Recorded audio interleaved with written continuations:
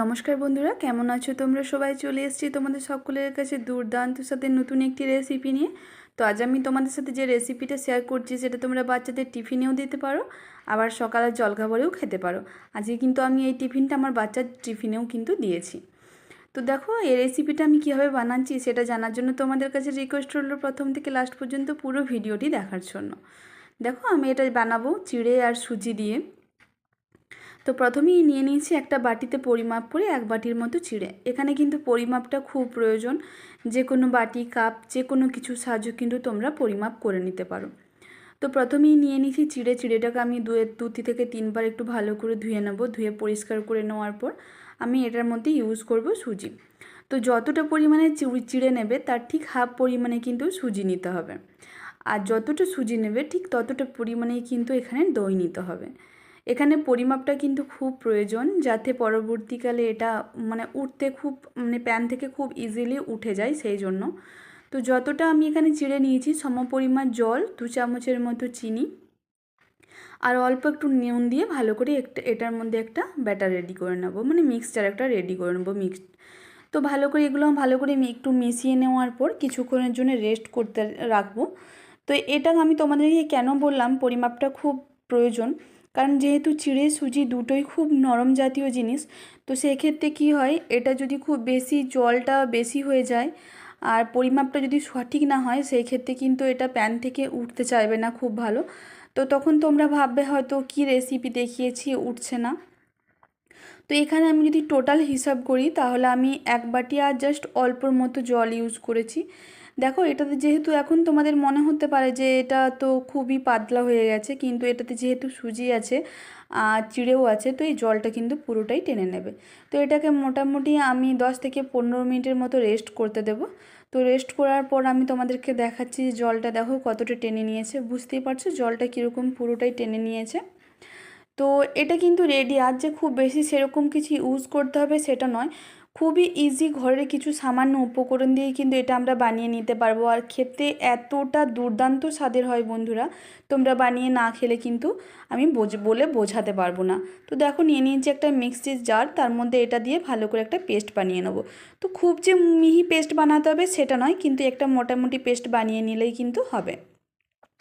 দেখো paste ready. আমি কিন্তু খুব মিহি করে পেস্টটা বানাইনি। তো তারপর আমি একটা বোলের মধ্যে কিন্তু এটা বাটির মধ্যে ট্রান্সফার করে নেবো।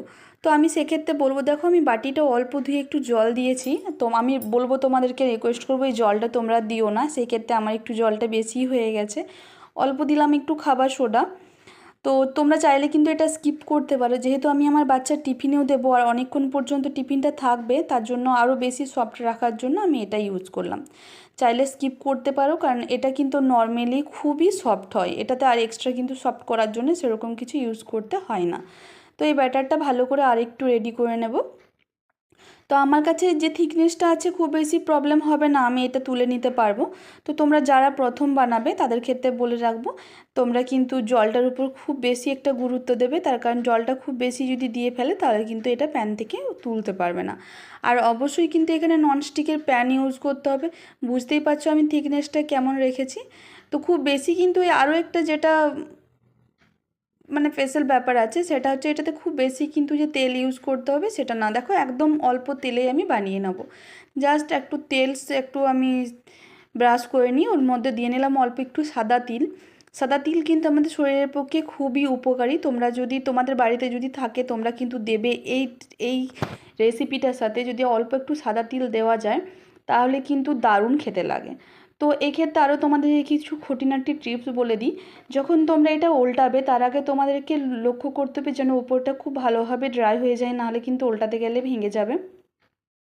কারণ এটা কিন্তু খুবই সফট হয়, যেটা আমি তোমাদেরকে বলে বোঝাতে পারবো না। তোমরা হয়তো অবশ্যই আমার উল্টানো দেখে বুঝতে পারছো যে কতটা সফট হয়েছে। তো আমি কিভাবে বানালাম তোমরা বুঝতে পারলে, তাও তোমাদেরকে বোঝানোর সুবিধার্থে আমি আরেকটা বানিয়ে দেখাচ্ছি। অল্প একটু তেল ব্রাশ করে অল্প এর মধ্যে দিয়ে নিলাম একটু সাদা তিল। তোমরা চাইলে সাদা তিল স্কিপও করতে পারো।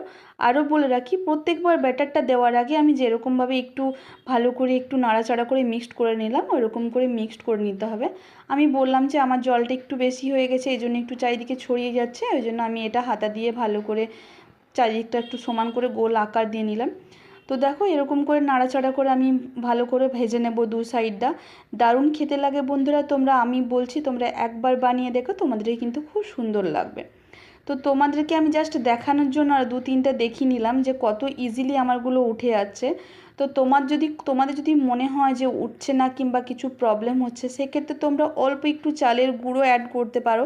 সেক্ষেত্রে কিন্তু টেস্ট একটু এদিক ওদিক হতেই পারে, মানে যেটা তোমরা চালের গুঁড়ো না দিয়ে বানালে যে টেস্ট পাবে সেটা কিন্তু নর্মালি সেই টেস্টটা হয়তো এতটা পাবে না।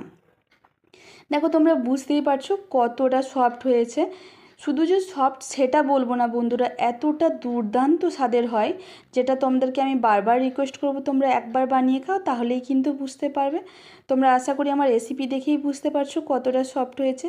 তো বন্ধুরা আমি তোমাদেরকে রিকোয়েস্ট করবো, তোমাদের যদি সকলের আমার ভিডিও একটুও ভালো লেগে থাকে আমার চ্যানেলটিকে সাবস্ক্রাইব করো, সাথে বেল আইকনটি প্রেস করো, আর আমার চ্যানেলটিকে লাইক শেয়ার এবং কমেন্ট করতে ভুলো না। আজকের মতো ভিডিও এখানে, দেখা হবে পরের একটি আরও সুন্দর রেসিপি নিয়ে। নমস্কার বন্ধুরা।